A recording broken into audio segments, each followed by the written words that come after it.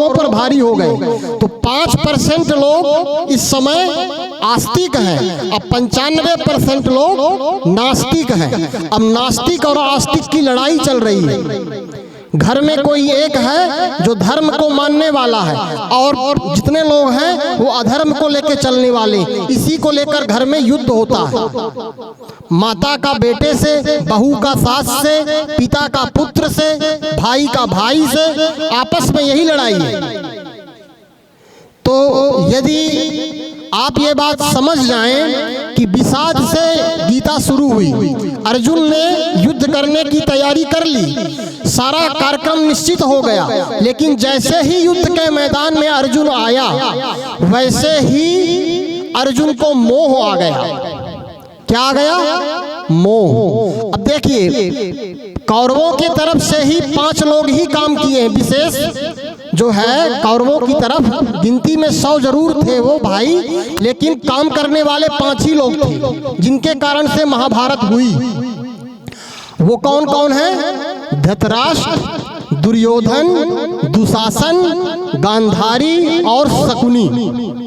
ये 5 खलनायक हैं और यही 5 विकार हैं हमारे अंदर। ध्यान रखना, ये गीता कोई मार काट वाली गीता है, महाभारत नहीं है। ये महाभारत जो है विकारों से, मतलब पुण्य और पाप की लड़ाई है, धर्म और अधर्म की लड़ाई है, सत्य और असत्य की लड़ाई है, हिंसा और अहिंसा की लड़ाई है। तो 5 पांडव और 5 उधर के दुर्योधन, दुशासन, धृतराष्ट्र, गांधारी और शकुनी।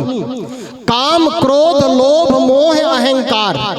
दुर्योधन धृतराष्ट्र है, गांधारी है मोह का रूप, देखते हुए भी पट्टी बांध लिया आंख में। समझना, उसके पास आंख थी लेकिन उसने पट्टी बांध ली।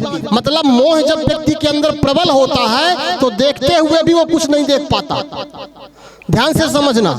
दूसरा धृतराष्ट्र अंधा है, उसका वो काम का प्रतीक है, काम में व्यक्ति अंधा हो जाता है। दूसरा अंधा धृतराष्ट्र। तीसरा दुर्योधन अहंकार का प्रतीक, मैं ही सब कुछ हूँ, मैं जो चाहूं वो कर सकता हूँ, अहंकार दुर्योधन। दुशासन लोभ का प्रतीक और शकुनी क्रोध का प्रतीक। ये 5 सबके अंदर हैं, हम सबके अंदर हैं ये 5। और जब तक ये 5 नहीं मरेंगे तब तक भारत में क्या, हर घर में हर समय महाभारत बंद नहीं होगी।